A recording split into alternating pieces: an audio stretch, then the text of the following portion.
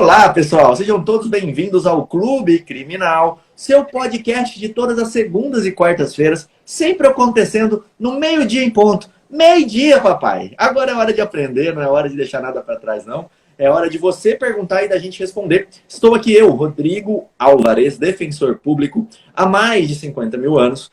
João Ricardo Batista, o homem que já fez júri do Iapoque ao Chuí, dizem que foi até a Lua para fazer já o primeiro plenário lunar. E Thiago Bunin, o homem que é o grande mestre de todos nós, que tem uma coleção de livros lidos atrás dele. A brincadeira que a estante é falsa é mentira. A estante não só existe, como os livros dele estão lidos. Não é que nem alguns livros. Eu tenho alguns aqui, ó, que estão perfeitinhos, sem mexer. Ele não, todos deles estão lidos. Fala, João. Vamos lá, bom dia, boa tarde, boa noite, boa madrugada. Nas palavras de Marlon Ricardo, é ele que dá essa saudação. Quero te dar as boas-vindas a você que está assistindo esse episódio. Como o Rodrigo bem disse, temos aí mais de 150 episódios para você ouvir, assistir ao vivo, a depender de quais as suas preferências. Fico muito feliz por estar aqui em mais um episódio. Como eu já disse, nessa temporada, a pedidos, vocês tanto gostaram, nós decidimos fazer metade de todos os episódios da temporada 2022 como perguntas e respostas. Então você manda a bomba, a batata quente no nosso colo, a gente desembola e no final das contas todo mundo cresce. Bom dia a todos vocês que estão aqui ao vivo. Thiago Bunin. Fala, pessoal, muito bom dia para vocês. É sempre uma alegria, uma felicidade imensurável estar aqui no nosso Clube Criminal, um único podcast de direito penal, de processo penal, sobre advocacia criminal, gravado ao vivo e sem cortes. Aqui é vida real no Instagram para vocês. Sempre muito conteúdo, sempre muita informação, sempre várias estratégias defensivas aqui, ó, nesse ambiente, gratuitamente para você acompanhar, tendo a possibilidade de fazer perguntas sempre uma vez por semana. Nossa live é de perguntas, conforme o João e o Rodrigo já falaram. A gente também recebe convidados e depois você pode dar o replay ou no YouTube, com um pouquinho mais de delay, ou no Spotify. Mas é ótimo estar com vocês aqui. E a gente já tem a primeira pergunta aqui da FTF Souza, ou do FTF, acho que é mulher, FTF Souza. Como impugnar um laudo psicológico realizado no inquérito? Eu tenho certeza que o João tem algo muito interessante para falar sobre isso, inclusive com uma observação sobre uma inovação trazida pelo pacote anticrime, né, João? Vai lá. Já estou abrindo aqui, inclusive você que assiste Clube Criminal, você que ouve Clube Criminal, eu te sugiro você ouvir com um CPP na mão, tá? Você vai precisar, no mínimo, de um CPP. E eu já quero te convidar a abrir no artigo 3B16, ali fala sobre as competências. O Thiago Bunin, professor, me explicou isso, me ensinou que agora, a partir da Lei 13.964, nós temos, claro, está suspenso ainda, mas em breve vai cair essa suspensão, nós temos a possibilidade de você, advogado, colocar um assistente técnico ainda na fase investigativa. Isso mesmo, antigamente a gente não podia, não existia a previsibilidade legal para isso, e a partir do advento da lei anticrime, nós temos a possibilidade agora, né, inclusive você pode, mesmo suspenso, requerer, discutir, argumentar com o magistrado da necessidade eventual de você arrolar um assistente técnico para perícias em fase investigativa. Isso aí, em tese, seria uma competência do juiz das garantias. E aí eu sugiro você, advogado, a sempre munir o seu processo com o máximo de elementos que você tiver para discutir sobre essa possível inimputabilidade, né? Esse laudo psicológico. Por quê? Sobretudo quando a gente fala de júri, quanto mais elementos você tiver para mostrar para o magistrado que é necessário uma segunda perícia, que é necessário investigar a capacidade e a integridade mental do seu cliente, que isso também serve como uma forma de diminuição de pena, seja pelo Código Penal, seja pela Lei de Drogas, Lei 11.340, nos seus artigos 45 e 46. Ou seja, inúmeras são as possibilidades de benefícios a partir da investigação da capacidade do seu cliente, que influem diretamente na sua culpabilidade, que você não pode deixar passar nada. Esperar a acusação produzir prova a seu favor não é uma boa opção. Então você vai investigar com a família, investigar o histórico desse cliente. Será que ele já passou por tratamento no CAPS, por exemplo, da sua cidade? Será que ele toma medicamento contínuo? Será que ele tem intercorrências sociais ou infracionais, na época que ele era menor. Será que ele já tomou remédio controlado? Por que ele já tomou remédio controlado? Tem algum desvio? Ou seja, inúmeras situações você pode investigar com a família e a partir das informações que eles te derem, você vai correr atrás de elementos objetivos, provas, documentos, coisas que você possa trazer para o processo, seja para provar que o seu cliente ostenta uma condição pessoal diferente do laudo que sobreveio ao processo, ou até mesmo para consubstanciar requerimentos. Olha, eu quero pedir para que o magistrado faça uma nova perícia, considerando que ele ostenta uma condição pessoal muito diferente daquela apontada pelo laudo. Então são só aqui, ó, primeiras filigramas sobre possibilidade de impugnação a laudos realizados em inquérito policial.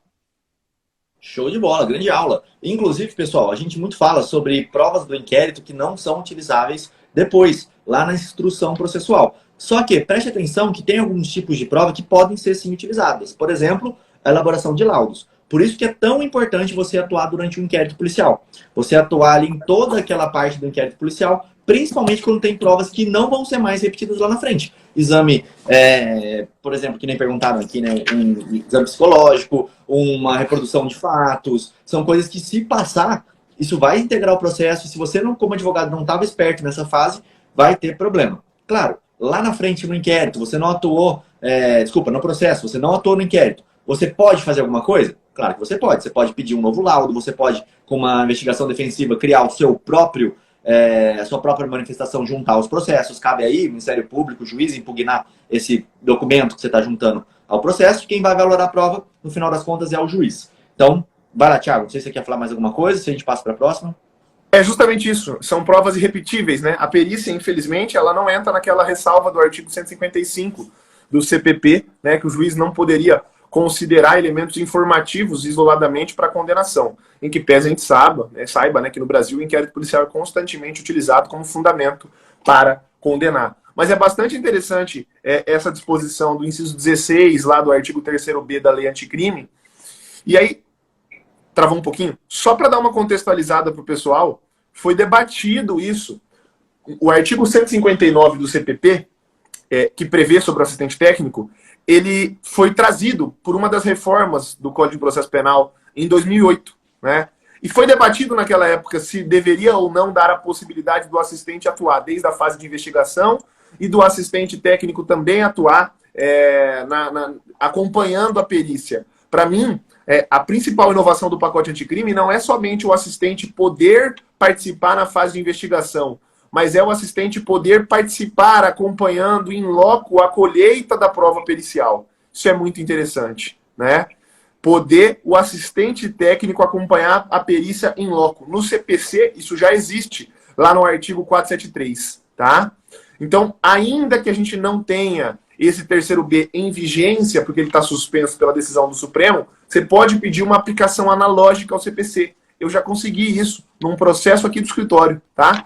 A perícia estava indeferida, eu entrei com um HC sustentando que eu queria a perícia complementar e que eu queria que o assistente acompanhasse a perícia. E a concessão de ordem no HC foi justamente para isso, para deferir a perícia e para que o assistente acompanhasse por analogia ao CPC. Só para fazer uma indicação para o pessoal, esse livro é bastante interessante, tá? São 2 volumes, ó. Código de Processo Penal, tá? É uma coleção da RT de comemoração de 80 anos do CPP, tá? Tem vários artigos interessantes. E tem um artigo do professor Alexis Couto de Brito. O Alex Couto de Brito tem um livro bastante famoso de execução penal, que ele vai tratar exatamente disso, sobre a participação. E eu brinquei com o Rodrigo, ó, os livros são lidos, tem post-it e são grifados. E ele vai concluir justamente dessa forma que eu falei, dizendo que, olha, acrescenta ao contraditório, já que são provas repetíveis. A gente tinha o costume de falar que na investigação, né, não tem contraditório, porque as provas são meros elementos informativos, só que na perícia, como o Rodrigo muito bem disse, a prova é irrepetível. A perícia está feita e ela não vai ser reproduzida. Por isso a importância de fortalecer o contraditório na fase de investigação. Aí vai abrir muita discussão ainda, né, sobre, né, como que vai ser exercido esse contraditório na fase de investigação, se a parte tem que ser intimada ou não, e etc. Águas ainda vão rolar sobre esse 3º-B, inciso 16. Show, Rodrigo, pode falar, João. Um ponto que o Thiago fez um gancho aí, eu queria trazer uma dicasinha prática aqui pro pessoal. Ele falou sobre acompanhar provas, né? Acompanhar a produção de provas, acompanhar perícias. Quem me acompanha nas redes sociais viu que recentemente eu participei em loco, de forma presencial, de 2 atos de colheita de provas, de colheita de elementos. Um era uma busca e apreensão e outro foi um laudo perinecroscópico, que é o laudo do exame do local do crime, num processo de júri que investiga um suposto feminicídio aqui em Campo Grande, no Mato Grosso do Sul. Ambos os casos, as delegacias agiram de uma maneira assim, ó, irretocável. E nesse momento, como que eu fiz para participar? Eu fiz um requerimento. Eu cheguei com o delegado, ele já me conhece, que eu sou um advogado que eu não vou criar tumulto dentro da perícia, não vou criar obstáculos, eu vou ajudar a fiscalizar a legalidade. Às vezes eu trago até elementos interessantes. Olha, doutor, você viu aquele ponto ali?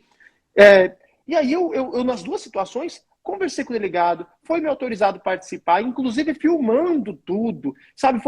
Foram 2 momentos que eu rendo louros e aplausos aqui para a DPCA e DEAN de Campo Grande, 2 delegacias onde os agentes, e uma delas, né, na DEAN, a própria delegada de Polícia Civil, a autoridade policial, foi comigo e participou, né, do ato. Ou seja, se o advogado consegue participar até mesmo de uma perícia de local que, em tese, seria de uma competência exclusiva da perícia, quanto mais impugnar laudos, né? Então isso eu acho que tem que ser feito através de pedidos no inquérito, pedidos para o juiz, tudo com política da boa vizinhança. Eu acho que você consegue abrir inúmeras portas, tá? Às vezes o advogado quer saber qual que é a medida cabível, o recurso, o HC, e às vezes uma conversa você consegue ali abrir margem para discussão ou até mesmo para rediscussão dessas provas irrepetíveis. Show de bola. Peguei uma aqui que eu acho que Tiago e João matam rapidinho.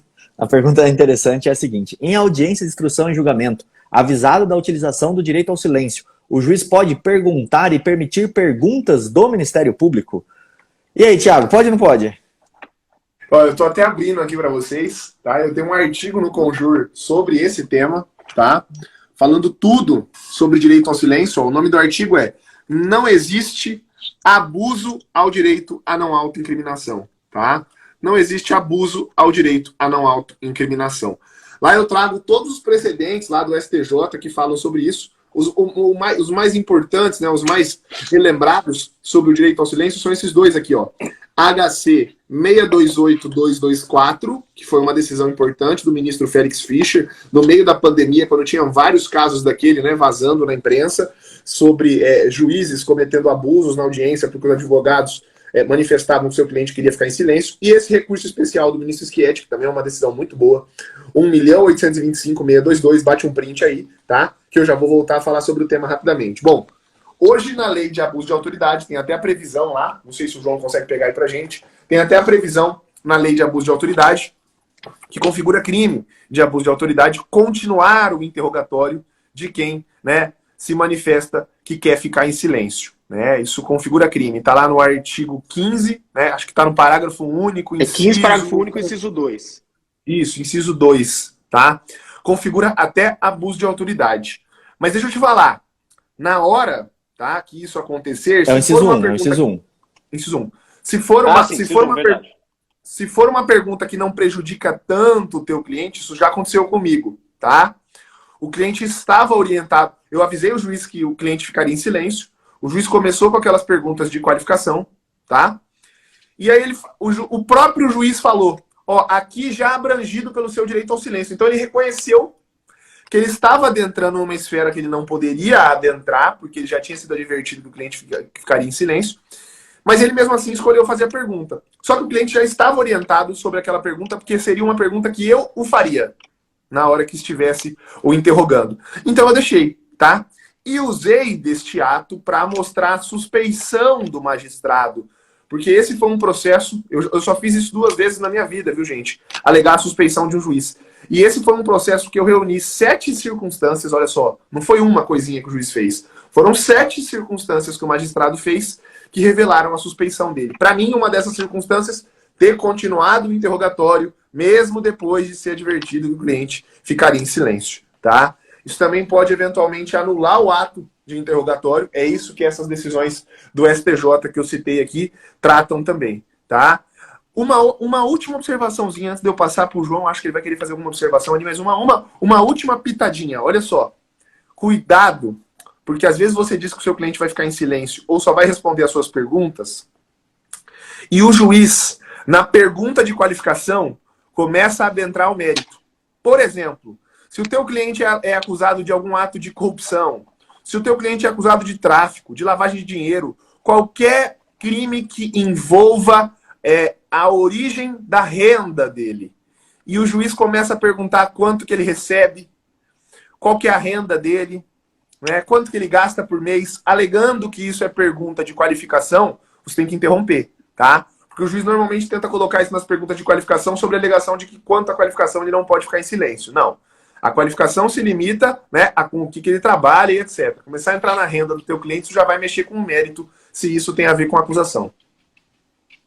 Vamos lá, uma sacada prática para você que está na iminência de participar de um interrogatório do seu cliente, né? Acompanhar um interrogatório. Primeira coisa, interrogatório, ele é abalizado pela lei. É a lei que determina o que o juiz vai perguntar, tá? Então, artigo 187 tem todas as perguntas que o magistrado vai fazer para o seu cliente. É ali, não pode fugir dali. Segunda coisa, quando a gente fala de júri, uma máxima que não tem como você fugir e que é uma verdade para a sociedade é: quem cala, consente. Então você vai mostrar para a sociedade que julga o seu cliente, a sociedade composta pelo Conselho de Sentença, que o seu cliente não teme a verdade. Muito embora o artigo 15 ali da Lei 13.869 preveja que incorre também um crime quem decide por continuar interrogatório daquela pessoa que se manifestou por ficar em silêncio, você, advogado, nessa situação especialíssima e excepcional, você vai admitir que se registrem as perguntas em ata. Quem sabe você peça naquele momento para que o seu cliente, né, para que o juiz observe o direito dele permanecer em silêncio, e aí você olha para o motor e fala assim: mas eu não me oponho ao senhor registrar em ata as perguntas que o senhor gostaria de fazer para ele.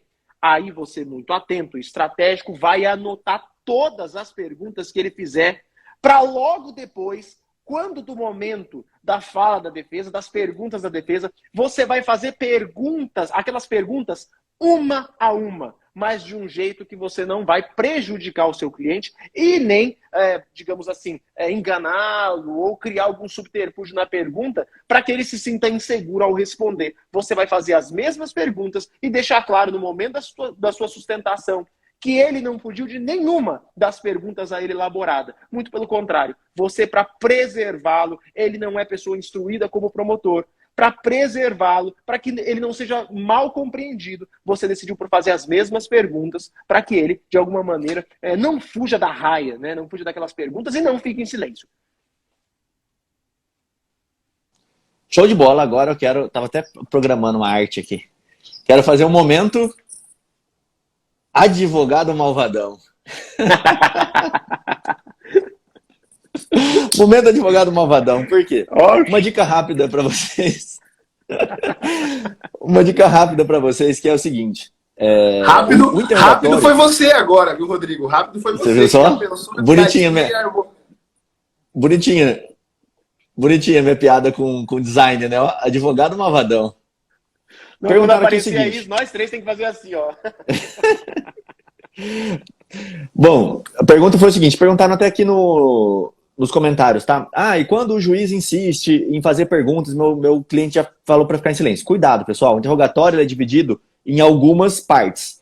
Quais partes são? A primeira parte é a parte de qualificação. O artigo até vai falar isso. Então, a parte que ele pode ficar em silêncio é depois de devidamente qualificado e cientificado do direito do inteiro teor da acusação. É isso que fala o artigo. Então, depois dele devidamente qualificado, aí que o juiz vai falar: olha, a partir de agora você pode ficar em silêncio. O interrogatório em si, o ato de interrogar-se, ele é composto de duas partes. Artigo 187 vai falar isso para você. Sobre a pessoa do acusado e sobre os fatos. Então, presta atenção. O 187 está falando que o interrogatório, já começou o interrogatório. Ele é feito de duas partes. A primeira delas é pergunta sobre a pessoa e a segunda sobre o fato. Exemplo de perguntas na primeira parte do interrogatório. Quanto o cara ganha? Se ele já teve condenação anterior. Isso não é qualificação dele. Isso já é interrogatório. E o juiz confunde isso. Por que ele confunde? Porque ele fala que o primeiro momento do interrogatório é o momento de qualificação. E nisso inclui essas perguntas. Onde ele mora, quanto ele ganha, se ele já foi processado alguma vez. E aí ele vai falar para você que isso é obrigatório o seu cliente responder. E olha só. Na primeira parte, o interrogando será perguntado sobre residência, meio de vida, oportunidade social, vida pregressa, se já foi preso ou processado. Aonde? Primeira parte do interrogatório. Olha aqui, o interrogatório será constituído de duas partes, sobre a pessoa e sobre o acusado. Então ele pode ficar em silêncio sobre isso? Claro que ele pode. Porque o 186, que é o que fala do silêncio, vai falar: depois de devidamente qualificado e cientificado, o acusado será informado pelo juiz antes de iniciar o interrogatório do direito ao silêncio. Aqui já é interrogatório. Por que eu estou te falando isso? Porque você vai ter que saber brigar no momento da audiência. Aí que vem o advogado malvadão. Você vai ter que saber brigar no momento da audiência, brigar com toda a classe do mundo, explicar isso para o magistrado, porque ele não vai querer. Ele vai querer fazer essas perguntas. E onde ela tem reflexo? O Thiago já falou uma para você. Exemplo, crime de corrupção, de lavagem de dinheiro. Outro reflexo direto e imediato. Lei Maria da Penha, dano moral. Aonde que o juiz vai balizar o dano moral? Quanto o senhor ganha? Essa pergunta é capciosa. Porque se o réu fala: olha, eu ganho 10 mil reais por mês. Cara, o dano mínimo lá na violência doméstica vai vir alto. É ali que ele está olhando quanto que o seu cliente pode receber ou não, pode ganhar ou não. Então tem perguntas nessa primeira parte do interrogatório que são estratégicas ele não responder. Ele: olha, isso aí eu não quero falar. Só que o magistrado não vai deixar. Ele vai falar: não, você tem que responder porque essa parte você é obrigado a responder. E não é. É qualificação. O que é qualificação? Qual é o seu nome, nome da sua pai, da sua mãe, seu CPF, seu RG, talvez até onde você mora. Eu estou tentando qualificar a pessoa para saber se o Joãozinho, o Thiaguinho que está sentado aqui na minha frente, é o Joãozinho ou é o Thiaguinho. Tá? É isso. Beleza? Essa é a dica de advogado malvadão aqui. Vai lá, João. Rodrigo, então continua no advogado malvadão aí. Bota na tela aí, por favor. Tá? E eu quero para quem... Inclusive, galera, vocês que estão aqui ao vivo, me responda quem tá com o CPP aí atento, tá? Que eu vou mostrar um dispositivo normativo do advogado malvadão aqui, ó. Artigo 189 do CPP prevê que, se o interrogando negar a acusação no todo ou em parte, poderá prestar esclarecimentos e, a parte mais importante, indicar provas. Advogado, interrogatório é o último ato da instrução. Sabe quando você entra no processo, quando você assume aquele processo da Defensoria Pública ou de uma outra defesa, ou que você não conseguiu comprovar alguma coisa no processo, ou que você teve alguma perícia negada, é nesse momento que você vai se utilizar do artigo 189, porque, na maioria das vezes, o seu cliente ele nega a acusação ou nega em parte. E se isso acontecer, a própria lei no seu dispositivo, artigo 189, dispõe que você, advogado, pode, você não, né? O cliente pode pedir esclarecimentos e indicar provas. Então ele pode, naquele momento, prestar o que ele quiser de informação e também, você, advogado, em seu nome, pedir provas, produção de provas. Muito importante isso aí, tem muita gente que esquece ou não sabe.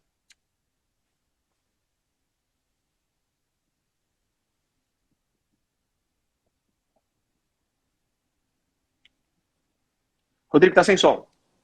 Tô olhando as perguntas aqui, mas tem umas perguntas que são muito genéricas, tipo, não tem prova contra o meu cliente, só o depoimento policial. O que eu alego? Tipo, você alega que não tem prova contra o seu cliente, só tem um depoimento policial.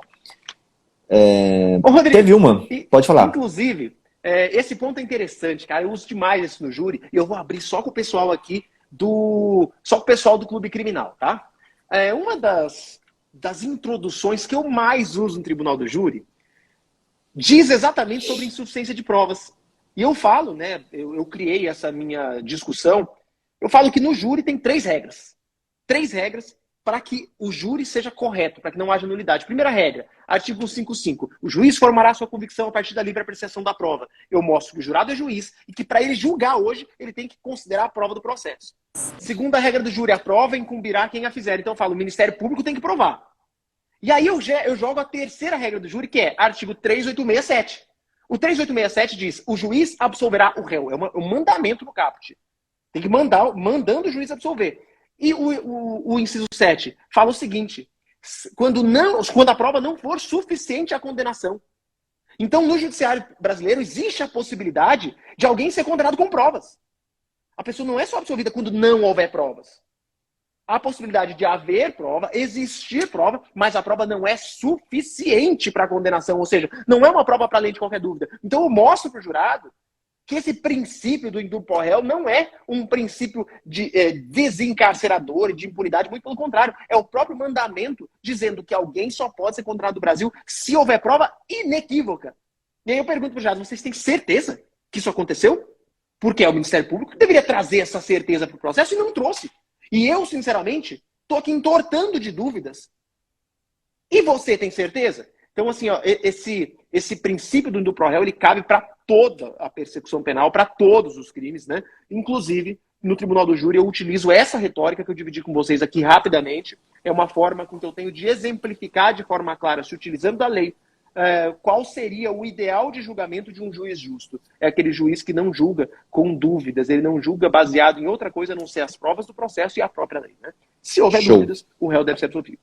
Show de bola, pessoal. Tá gostando aqui dessa aula? Tá ouvindo pelo Spotify? Siga os Instagrams, @João Ricardo Batista, @Thiago Bunin e @Criminal na Prática. Se você tá aqui no Instagram, é só clicar nessa setinha, ó. Por quê, Rodrigo? Porque toda segunda e quarta a gente faz esse episódio. Você já vai ser notificado assim que a gente começar, beleza?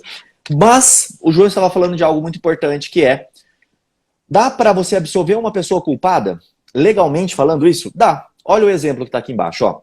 A filha não quer mais ver o pai processado. Ela pode mudar a versão dos fatos na audiência? Como proceder para defender o pai? Observação, realmente ele bateu nela. Então vamos lá, vamos começar aqui para poder explicar esse fato, tá? Que é o que eu tô querendo falar para vocês. O direito processual, penal... Rodrigo, também, mas vamos falar... antes de você fazer essa explicação, pessoal, prestem atenção, porque eu não tinha conhecimento, tá, disso que o Rodrigo vai explicar para vocês.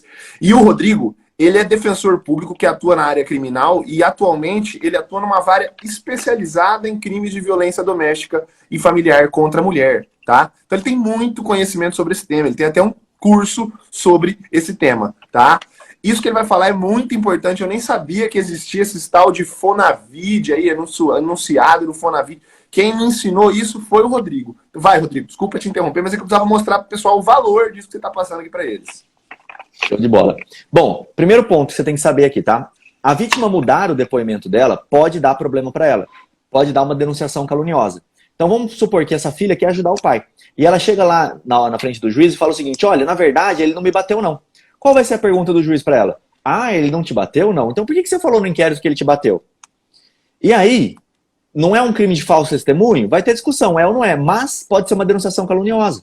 Então ela pode vir a responder um processo que vai ser pior do que aquele atribuído ao pai dela. Putz, então estamos numa rascada. A menina não quer mais, foi um ato isolado que aconteceu, e aí o cara é culpado mesmo, realmente ele bateu nela. Tem como mudar isso? Tem. O que o João estava falando, e o que eu estava explicando no início é, processo penal, galera, ele é um jogo com regras. Se você não respeitar as regras do processo penal, o processo não pode andar. Qual que é uma das regras do processo? Quem tem que provar que a acusação está errada é o Ministério Público. Quer dizer, que a acusação está certa é o Ministério Público, não é as partes. A vítima tem a possibilidade, na Lei Maria da Penha, no mínimo 4 possibilidades de ficar em silêncio. Ela pode ficar em silêncio. Quais são essas possibilidades? A primeira dela, lá o artigo 206, se eu não estou errado, é o 206 mesmo? Deixa eu só conferir aqui se é o 206. Ou é o 206? Isso. O 206 vai falar da obrigação da testemunha depor. E vai falar que aquelas pessoas que são, por exemplo, descendente do acusado, não precisam depor. No caso, a filha. A filha não precisa depor pelo 206. Qual que é o único momento que ela vai ter que falar, mesmo sendo filha? Se ela for a única pessoa que pode comprovar aquele fato. Então nós já temos o primeiro ponto. Se você falar na defesa do réu ou da vítima aí no caso, olha, ela não quer falar, excelência, ela quer ficar em silêncio. E o promotor insistir, você vai falar, doutor, pelo artigo 206 ela pode ficar em silêncio. Não é dever dela falar no processo, ela pode ficar em silêncio. Se ele falar, não, mas ela é a única pessoa que pode comprovar as circunstâncias, então ela é obrigada a falar. Atitude número 1, você vai pedir para constar isso em ata. Olha, o promotor está dizendo que essa pessoa é a única pessoa que pode dar o depoimento. Por isso a gente vai superar o artigo 216. O juiz vai constar isso em ata. Ou vai falar para você, olha, a manifestação do promotor já está feita, já está gravada. Você grava também, porque às vezes essa parte da audiência não vai lá. Então só para você ter a segurança. Maravilha. Para além disso, você vai fazer o quê? Você vai falar o seguinte, olha, excelência, o enunciado 50 do Fonavide permite que a vítima fique em silêncio. Além do enunciado 50 do Fonavide, nós já temos farta jurisprudência que fala que a vítima de violência doméstica, ela não precisa falar em audiência, por conta de revitimização, por N fatores, tá? Ela não precisa falar em audiência. Então, em vez dela dar um depoimento que vai mudar o que estava lá no início da denúncia e poder ser acusada por um crime, ela não vai dar a versão dela. Se o magistrado superar isso, ou a magistrada falar, não, eu não sigo esse entendimento, ela vai falar, não tem uma lei que possa proibir isso. O promotor já falou que ela é indispensável. Você vai para o terceiro, e aí, último, eu não falei 4, mas são 3, último argumento que você pode utilizar aqui. Qual que é esse último argumento? Esse que o Thiago falou, o direito à não autoincriminação. A própria pessoa, ou então o advogado que está acompanhando ela, ou então o advogado de defesa vai falar, olha, excelência, Essa pessoa, se for depor, ela é filha do réu, ela vai mudar a versão dela que está lá na polícia. E na hora que ela mudar a versão, ela vai cometer um crime. Então, ela pode ficar em silêncio para não se autoincriminar, tá? Então, esse é o último ponto, é o direito à não autoincriminação dela. Ó, não pode falar. Rodrigo, mas está falando que eu, como advogado de defesa do réu, vou poder interferir no que a vítima vai falar? Pode, por causa da Lei Mari Ferrer, tá? Ela permitiu que todos ali preservem a integridade física e psicológica da vítima, não só a acusação, qualquer pessoa que está ali dentro. Então você pode falar, olha, eu estou preservando a integridade da vítima, ela não quer falar. Por que ela está sendo obrigada a falar nesse momento? Então você vai inverter o jogo aqui, tá? Artigo 400A do Código de Processo Penal vai falar isso. Tá, Rodrigo, mas o pai realmente bateu, tem laudo no processo, ele vai ser condenado ao final. Veja bem, ele não precisa dar a versão dele e mentir, falar, eu não bati. Ele também pode ficar em silêncio. Então, judicialmente falando, o que se constituiu de prova? Nada, apenas um laudo. E esse laudo, o que a defesa pode questionar? Peraí, qual foi o dolo? Não tem prova do dolo, ninguém falou nesse processo. Não tem uma testemunha ocular, a própria vítima ficou em silêncio. Então não tem como determinar qual foi o dolo. Ou seja, se foi uma lesão dolosa ou culposa. Não consigo determinar isso. Eu não consigo determinar se essa lesão que está no laudo foi realmente feita ou não naquele dia. Por quê? Provas do inquérito têm que ser repetidas em juízo. Aqui a gente está falando de depoimento. O laudo não precisa ser repetido, mas o depoimento sim. Então só a fala dela lá no inquérito vale? Não vale. Por quê? Porque ela poderia ter sido repetida em juízo e não foi. Aqui entra até o que o Thiago fala, que é a teoria da perda de uma chance. Né? Ó, o Ministério Público tem a chance de fazer essa prova e não fez. Como ele tem a chance de fazer essa prova e não fez, o réu perde uma chance ali de poder impugnar essa prova, que foi constituída dentro do processo. Então eu não posso utilizar só daquele depoimento do inquérito. Qual que é uma exceção que eu poderia utilizar? A vítima faleceu. Eu só tenho a versão dela do inquérito. Aí eu posso até considerar que não tem mais como eu reproduzir essa prova em juízo. Por isso eu utilizo lá. Agora, por conta da vítima não querer falar mais, por conta do Ministério Público não achar essa vítima, aí eu não posso reproduzir de novo aquela prova. Não posso utilizar a prova do inquérito. Esse é o raciocínio, tá? E aqui você vai acabar absolvendo uma pessoa que realmente cometeu aquele crime. Se é justo, se é injusto, não é isso que a gente está aqui para falar. A gente está aqui para pensar em como você, na defesa de uma pessoa, ou na defesa da própria vítima ali, filha, vai resolver a situação dela do jeito que ela quer que seja resolvida, tá? Então essa é a saída aqui processual que dá para arrumar. Se for crime de ameaça, é mais fácil ainda, porque aí não tem ela falando que realmente se sentiu intimidada, aí vias de fato, coisa que não tem prova por laudo, é mais fácil ainda, tá? Mas basicamente, essa é a saída por aqui. Fala, João. Rodrigo, no tribunal do júri, às vezes a gente precisa discutir esse tipo de coisa. Vai se absolver um condenado, uma pessoa culpada. Uma coisa que eu sempre trago para mim, antes de falar para outras pessoas, e eu acho que você como criminalista pode pensar sobre isso que eu vou falar agora, o direito penal, ele deveria, a justiça como um todo, o judiciário, deveria ser instrumento de pacificação social sempre, sabe? É instrumento de harmonização. Então, se você, advogado, está percebendo que na situação de fato, o contexto familiar já se resolveu, será mesmo que é necessária a imputação, sabe? Aquela aplicação de medida extrema do Estado e muitas vezes que destrói família, que rompe laços familiares. Às vezes a situação já se resolveu e o judiciário vem ali para separar pai e filho, para separar pessoas que já se entenderam, né? Ou seja, o contexto social já superou aquela discussão que muitas vezes o judiciário, na esfera criminal, acaba por discutir. E uma das críticas que eu tenho severas, a gente tem aí o princípio da intervenção mínima, que diz que o direito penal, ele só aborda, ele só abrange questões que ofendem os bens jurídicos mais importantes quando nenhum outro ramo do direito foi capaz de tutelar aquela situação. E quantas vezes a gente vê conflitos civis, problemas de discussão civil que acaba sendo regulada de forma direta ou indiretamente pelo direito criminal, o que você vê assim que não tem eficácia nenhuma, né? Numa situação dessa que o Rodrigo está falando, os familiares já se resolveram ali, o direito penal deveria se abster. Tanto é que isso é verdade que a gente tem no Código Penal hipóteses de perdão judicial. Quando você olha no tribunal do júri, no crime culposo, né, há a possibilidade ali no artigo 121, não no tribunal do júri, desculpa, né, quando a gente busca uma desclassificação para tipo culposo, eu gosto muito da disposição expressa que fala assim que haverá o perdão judicial porque a pena se torna desnecessária. Aí a discussão vem, até que ponto é necessária uma pena para uma situação já resolvida socialmente e familiarmente. Falaram até aqui, João, perguntaram se pode aplicar medida educativa ao agressor. Por exemplo, o grupo de reflexão. O grupo de reflexão, aqui de Campo Grande, pelo menos, funciona muito bem. E o índice de reincidência para homens que passam pelo grupo de reflexão, é baixo. Tá? Então, assim, é uma medida que funciona melhor do que uma prisão, por exemplo. Mas, enfim, aí a gente entra em outra discussão, que é o caráter aqui da Lei Maria da Penha. Quer falar, Thiago? Eu posso pôr a outra pergunta? Só para dizer que isso que o Rodrigo falou, né? Esse grupo é uma forma de justiça restaurativa. Para quem não sabe o que é justiça restaurativa, é isso. Isso é uma forma de justiça restaurativa. Essa sim visa restaurar, essa sim visa retornar ao status quo antes do crime. A pena não. Eu lembrei da quarta. Falei que eram 4 hipóteses, e são 4 hipóteses mesmo. O Thiago acho que apertou o botão para sair. Falou e apertou o botão para sair, em vez de mutá-lo.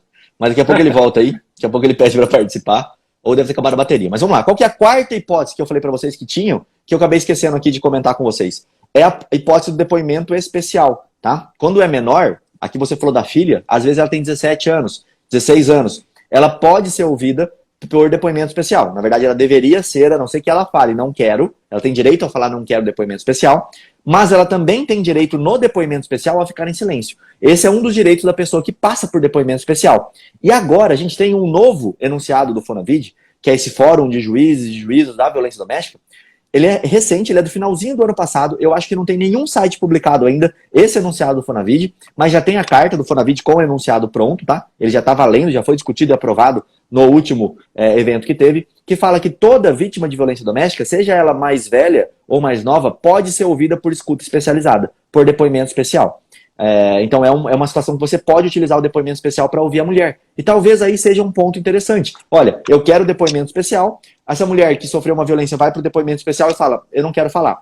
Não precisa, tá? Você tem tanta lei que te garante isso que nem precisaria. Mas é mais uma hipótese aí para você, tá? Até para quem atua pela vítima, às vezes ela não quer passar pela audiência, ela não quer falar na frente do juiz, do promotor, ela não quer entrar naquele ambiente. Você pode, na defesa da vítima, atuando como advogada da vítima, pedir para que ela seja ouvida por depoimento especial. Daqui a pouco eu pego o enunciado qualquer, mas é o último que saiu, é 60 e pouco o enunciado, tá? Eu só não tenho ele aqui porque ele não saiu em nenhum site ainda, eu vou precisar entrar no meu arquivo de PDF para colocar ele aqui. Deixa eu ver se o Thiago já está por aqui, aceitei ele aqui. Já está voltando, o Thiaguinho já está voltando aí para falar com a gente, mas olha só essa pergunta enquanto o Thiago conecta. Nas alegações por memoriais, o MP diz apenas nada a declarar. Isso é bom ou é ruim para o réu? Já viu isso, Thiago? Já viu isso, João? Nada a declarar. Nunca vi isso, Rodrigo, nunca vi isso. Foi o Ronildo que falou aqui, ele contou um pouquinho mais da história, ele falou que o promotor pediu prazo para fazer o memoriais em audiência, foi para ele o processo, quando foi para ele o processo, ele fez uma cota dizendo nada a declarar. Me parece que ele errou a cota que ele iria fazer aí, no caso, né? Então vai ter que voltar para ele. Mas minha pergunta é, tem nulidade a não apresentação de alegações finais por parte do Ministério Público? E a segunda pergunta é, em o Ministério Público não pedindo condenação em alegações finais por memoriais, poderia o juiz mesmo assim condenar o réu? Alguém quer falar? Alguém quer responder? Eu prefiro opinar com relação ao não pedido de condenação. A gente tem uma disposição expressa do CPP que, no meu entendimento, já está superada. São retalhos de 1941 aí, que fala que mesmo que não houver pedido expresso do Ministério Público, em tese, o magistrado poderia formar sua convicção e condenar o cliente. A gente sabe que o sistema acusatório prevê que o juiz ele vai se manter equidistante da prova, ele é destinatário da prova e ele tem que ser imparcial. Essa é a base do sistema acusatório. O Thiago está colocando ali, né? Nos crimes de ação penal pública... Lê aí pra gente, Thiago. Nos crimes de ação penal pública... Deixa eu até tentar diminuir aqui, João, deixar maior, na verdade. Vamos ver se aqui eu consigo. Melhorei. Vamos lá. Aí, agora ficou bom, hein? Nos crimes de ação penal pública, o juiz poderá proferir sentença condenatória, ainda que o Ministério Público tenha opinado pela absolvição, bem como reconhecer agravantes, embora nenhuma tenha sido alegada, tá? Então, assim, por esse dispositivo, era o que o João estava explicando. Teoricamente, em tese, tá? Ainda vigente no nosso ordenamento jurídico, o juiz poderia proferir uma sentença condenatória mesmo com um pedido de absolvição do MP? Sim. Sem alegações? Aí eu não sei. Aí eu acho que entraria naquele caso, João, parecido, similar, não é a mesma coisa, mas parecido com hipóteses que a gente tem nulidade sendo reconhecida na jurisprudência da audiência ter acontecido sem a presença do Ministério Público, né? Isso é muito difícil acontecer, mas em comarca de interior acontece mais do que a gente pensa, né? o juiz tocar a audiência sem a presença do promotor de justiça. Ele faz o papel de juiz e de promotor na audiência, é óbvio que faz o papel de promotor, porque se o promotor não está ali, não é o advogado que está fazendo o papel de promotor. Então o juiz acaba invadindo demais no campo de perguntas, etc. E aí os tribunais reconhecem a nulidade pela ausência do promotor de justiça. Então eu acho que seria similar essa ausência de alegação final. Acho que anularia o processo, tá? Tiago, aí eu tenho uma pequena ressalva aqui que eu acho, tá? A gente tem que discutir melhor, pensar melhor sobre isso, que seria possível, que seria no júri na primeira fase. E aí explico por quê. Eu já vi situação com um juiz que eu e o Tiago somos fãs aqui de Campo Grande, tá? Esse juiz, ele, frente à não apresentação de memoriais da antiga defesa, ele sentenciou sem memoriais da defesa. Quando eu olhei, tá. Mas da defesa, sim, ô João. Aí eu vou complementar o João. A defesa, sim, tá? No júri é possível que a defesa não apresente alegações finais, tá? Agora, o Ministério Público, eu acho que não. Porque daí o Ministério Público não exerceu a pretensão acusatória. Seria? Só para concluir. Se a decisão for favorável à defesa, contra o pedido inicial da exordial acusatória, aí eu acho que vai. Assim, ó, forçado, espremido, mas... Mas é uma situação interessante de se pensar. Eu acho que a defesa, sim. Agora, o Ministério Público, não. E lembrando, né? Na ação penal, procedimento comum e outros ritos, com exceção ao júri, não é possível sentenciar sem alegações finais. A alegação final é uma pressa obrigatória, tá? Inclusive não há preclusão e etc. Até para dar um exemplo, assumimos um processo aqui no escritório na quarta-feira que estava com prazo aberto de alegações finais para sexta. Obviamente foi inviável a gente concluir as alegações para sexta e vai ser protocolada hoje. Estamos finalizando as alegações finais, ela vai ser protocolada hoje.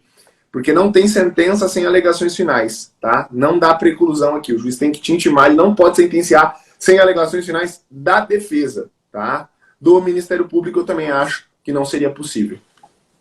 Bom, eu já estou em alguns casos em que não fui intimado para prestar a alegação final e o juiz deu a decisão.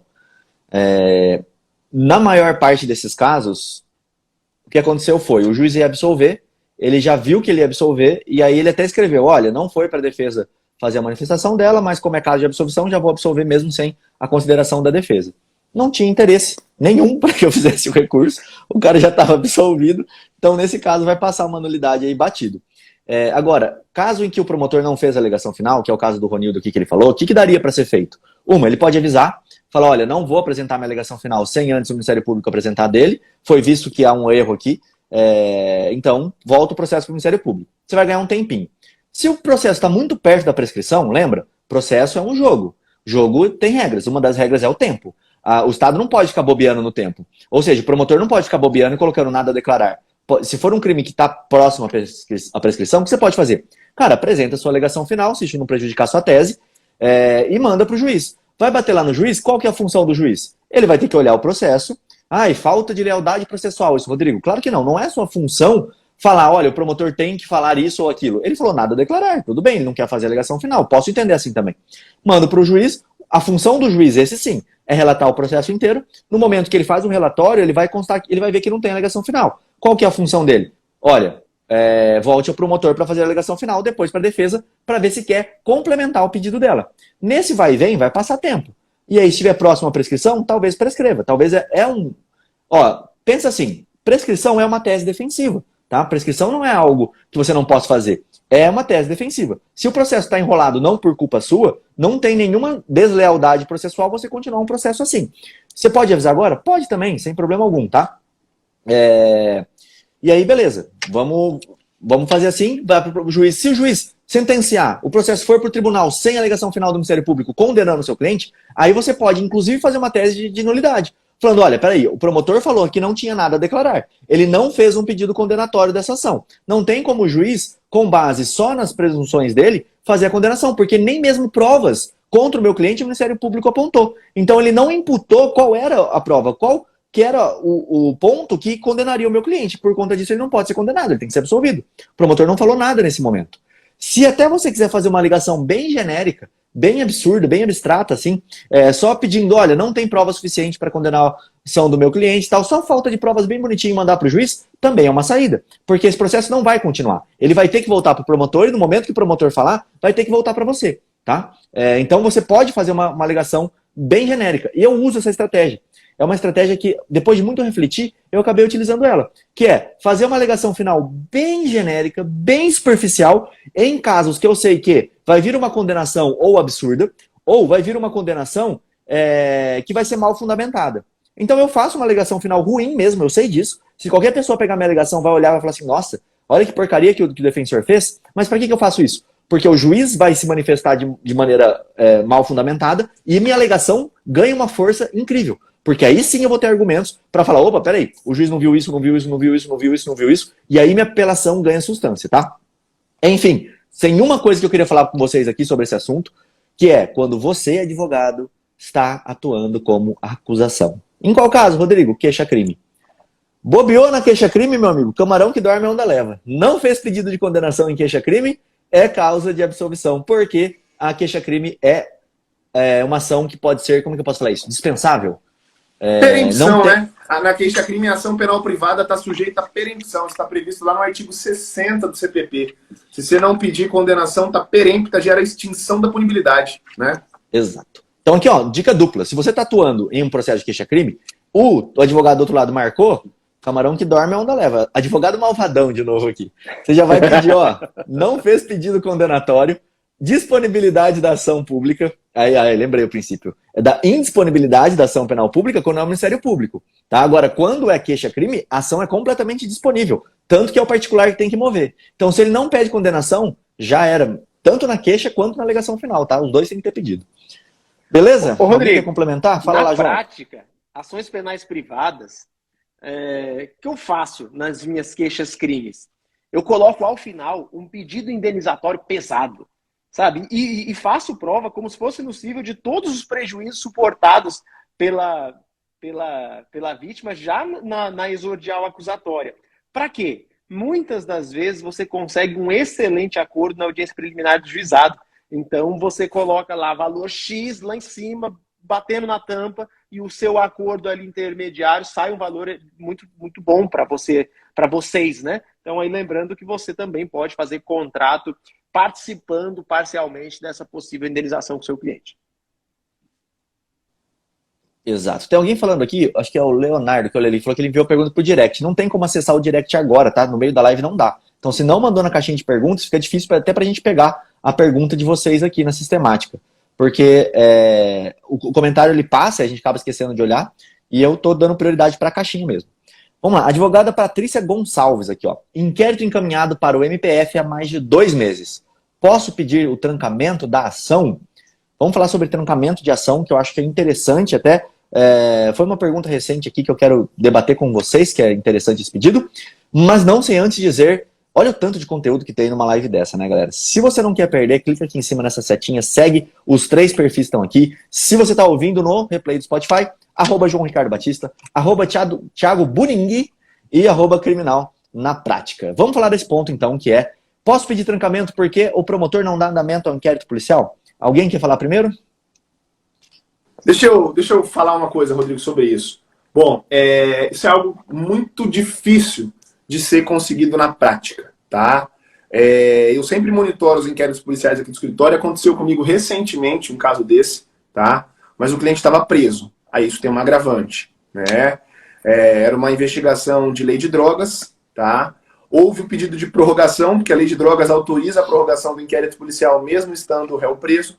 O juiz autorizou, a gente ficou monitorando, e na data em que o delegado não apresentou, né, o inquérito policial relatado, a gente já tinha um habeas corpus pronto, sabendo que isso poderia acontecer, e ingressamos com HC no TRF.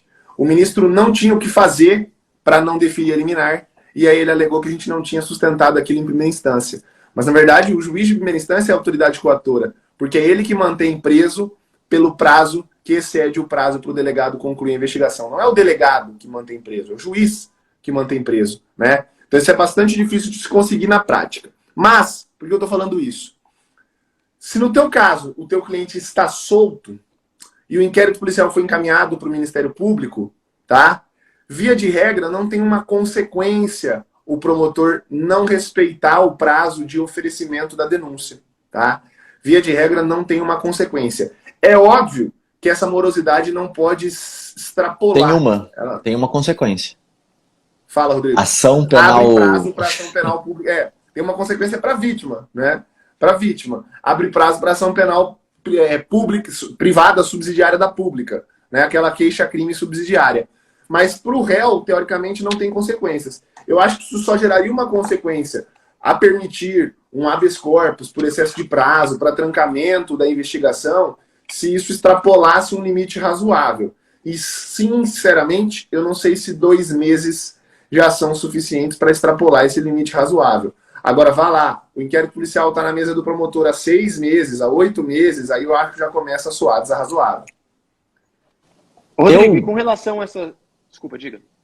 Não, eu ia falar assim, eu tenho uma posição um pouco diferente. Eu acho que não tem como você fazer o trancamento de uma ação penal, porque o excesso de prazo, a demora do inquérito, ela vai ocasionar uma prescrição. A prescrição está aí para isso. Se o réu está preso, ele tem que ser solto. Essa é a consequência. Agora, réu solto, em tese, ele só está investigando. Então, aí, não tem muita necessidade, né? Não é que não tem necessidade. Claro que tem. É ruim ter um inquérito contra você. Só que a consequência de não fazer seria a prescrição. Não sei se teria uma outra consequência aqui que não essa. Pode falar, João, daí eu quero fazer uma complementação. Não, eu ia falar de uma discussão que surgiu num grupo da comunidade criminal na prática recentemente. Então, para você que não saiba, para você que não sabe, nós temos a comunidade criminal na prática que discute questões práticas diariamente dos nossos grupos, assim como o Formando Criminalistas tem grupos de discussão prática. E uma discussão prática que a gente teve recentemente foi com relação à ação penal privada subsidiária da pública. Porque houve um crime, um processamento de um suposto crime de ameaça. Dentro do curso desse processo, ficou comprovado que o autor era inocente, que ele não cometeu o crime de ameaça, e aí simplesmente notificado, né, identificado o crime de denunciação caluniosa, o Ministério Público se manteve silente, e aí o advogado queria saber o que ele ia fazer naquela situação. E um dos grandes erros que eu vejo quando o advogado está a favor da vítima é achar que a ação penal privada subsidiária da pública ela surge do nada, e a jurisprudência é vasta, no sentido de que há que se comprovar a inércia do Ministério Público. Então não é só o transcurso do prazo, é também necessária a comprovação da inércia. E aí a dica prática que eu acabei dando para o colega, que deu certo, foi no sentido de que faça uma notificação ao Ministério Público, juntando todos os comprovantes, né, a cópia do processo, o que seja necessário para a comprovação da denunciação caluniosa, no caso em específico, requerendo, né, no prazo legal, que ele que ele proceda com a denúncia. Então, a partir do momento que você tem uma inércia do Ministério Público comprovada, um requerimento, ou pelo menos um protocolo que mostre que você motivou, que você deu início que você provocou o Ministério Público, aí sim, com a inércia do Ministério Público, aí eu acho que abre margem para ação penal privada subsidiária da pública. Em contrário disso, acho difícil. Só uma última colocação, vamos dizer que seja caso de trancamento do seu inquérito penal. Exemplo. Você tem um crime lá de medida protetiva, descumprimento de medida protetiva, em que o réu foi citado por edital. Tá? O entendimento é que isso não seria um crime porque o réu não foi citado de uma maneira lícita para o direito penal. Tá? Mas vamos supor que esse inquérito está rodando, você vai fazer um pedido de trancamento. Para quem que você faz? Essa é a grande questão. Se está no inquérito ainda, o meu entendimento é que esse pedido tem que ser direcionado para o juiz. Mas ele não vai ser um HC. Por que eu acho que não tem que ser um HC? Porque o delegado não pode trancar o inquérito. O delegado ele tem que começar um procedimento, ele tem que ir até o final. Ele não tem poder para trancar o inquérito. Ele tem que chegar no final, relatar e mandar para o Ministério Público. O Ministério Público pode pedir o arquivamento daquela ação, mas o delegado não pode trancar o inquérito. Quem poderia fazer essa atitude de trancamento de inquérito? No meu ver, seria o juiz. Você pode pedir para o juiz falando, olha, juiz, esse processo foi aberto, mas não há um crime aqui. Então, nesse momento, eu quero que você tranque esse inquérito policial. Esse pedido, não acho que tem que ser feito através de um HC para o juiz. Por quê? Porque ainda não tem uma autoridade coatora que me falou um não. Eu simplesmente tenho um pedido para ser realizado. Uma vez que eu fiz esse pedido para o juiz de primeiro grau, aí sim, o juiz me falando não vou trancar o inquérito, surge a necessidade de eu ir para o TJ através de um habeas corpus com uma autoridade coatora. Foi o juiz que analisou o meu pedido de trancamento e falou não vou fazer o trancamento. Thiago, você entende que é um pedido de habeas corpus já direto para o juiz ou não? Tá com o Ministério Público, tem jurisprudência falando que, como juiz e promotor estão na mesma instância jurisdicional, esse habeas corpus deve ser dirigido habeas corpus contra ato do promotor de primeira instância deve ser dirigido ao tribunal, então ao órgão judicial hierarquicamente superior. Eu acho que seria assim HC, mas HC para o órgão superior, não para o magistrado. Mas, sinceramente, eu acho que na maioria dos casos, Rodrigo, sinceramente, não estou falando todos os juízes, mas na maioria dos casos, se você entra com um pedido desse para o promotor, para o juiz, ele meio que perde o objeto, porque o juiz vai puxar o telefone, vai ligar no gabinete do promotor e vai falar, ó, o advogado está com um pedido aqui, me manda essa denúncia, pelo amor de Deus, tá? A gente sabe que isso não era para acontecer, mas isso acontece, tá? Só uma o pedido você acha que é pro MP, então? Eu faço um pedido pro MP de trancamento. Eu quero trancar o processo porque eu acho que não é crime. O meu pedido vai pro MP? Não. Você quer trancar o processo pedir pra alguém. Porque você acha que não é crime? Isso. O processo ou a investigação? A investigação. A investigação, beleza. Se o inquérito policial ainda está com o delegado, habeas corpus para o juiz de primeira instância. Se o inquérito mas não policial tem alguém para falar não. Com o promotor, essa é a questão. Se o inquérito policial já está relatado com o promotor, como o promotor está excedendo o prazo, nesse caso aqui que a gente estava comentando, aí o habeas corpus, ou não, ainda que ele não esteja excedendo o caso, se já está com o promotor, tá? Aí o habeas corpus é para a autoridade superior, Tribunal de Justiça, segunda instância. Tá? Mas eu tenho que fazer um pedido primeiro. Eu tenho que ter ou não. Senão, como é que eu vou fazer um habeas corpus de um processo que está em andamento? Você acha que só o fato dele estar em andamento ele já é uma violação? Eu acho, mas você poderia peticionar para o promotor para evitar que teria uma supressão de instância. Só que eu acho que mais arriscado ainda, porque daí eu acho que você peticiona para o promotor, vão alegar que essa petição teria que ser cedida para o juiz. Só que aí, se você peticiona para o juiz teoricamente não tem competência para aferir um ato coator do promotor. Então é uma situação muito difícil, cara. É chato, né? Mas tá, fala o que você queria falar aí. Não, eu só ia mostrar pro pessoal, como a gente estava discutindo excesso de prazo e etc. O STJ debateu excesso de prazo da investigação de uma forma muito legal nesse RHC aqui, ó. 106041, tá? Então anotem aí, nesse caso foi reconhecido o excesso de prazo pelo ministro Sebastião Reis. Mas é bem interessante o voto vista do ministro Rogério Schietti, nesse mesmo RHC, porque o Rogério Schietti tentou criar critérios para o excesso de prazo das investigações. Ele entendeu que nesse caso não tinha excesso de prazo e tentou construir critérios que eu acho que podem vir a ser adotados pela jurisprudência do STJ futuramente. Só uma observação, excesso de prazo da investigação ou excesso de prazo do processo com o réu solto tem consequências e você pode debater isso nas suas alegações finais, tá? Tem algumas doutrinas, eu acho que eu lembro de uma aqui, o Guilherme Madeira, tá? Fala, né, que há a possibilidade de ser reconhecido uma atenuante genérica de pena pelo excesso de prazo. Então você pode pedir isso nas alegações finais. Obviamente, né, seria importante que você tenha suscitado isso em algum momento do processo, reclamado pelo excesso de prazo, mesmo o seu cliente estando solto. E como o Rodrigo mesmo disse, né, ninguém gosta e não é bom, mesmo estando solto, ser réu, figurar como investigado por um longo tempo. Então, eventualmente, isso pode ser trabalhado como uma atenuante genérica, tá? As atenuantes genéricas que estão ali, salvo o melhor juízo, no artigo 66 do Código Penal, talvez. Vamos ver aqui rapidinho. 66. Isso aí. A pena pode ser ainda atenuada em razão de circunstância relevante, anterior ou posterior ao crime, embora não prevista expressamente em lei. Beleza? Uma atenuante genérica aí do artigo 66 do Código Penal. Que dica boa, né, Rodrigo? Advogado malvadão essa aí, né? Bem legal. Acho que é a dica cereja do bolo para a gente finalizar a nossa live. Galera, exatamente. Presta atenção à quantidade de conteúdo, de dica prática, de informação que você tem aqui, ó, com um episódio do Clube Criminal. Tem mais 157 episódios disponíveis para você no podcast, no Spotify.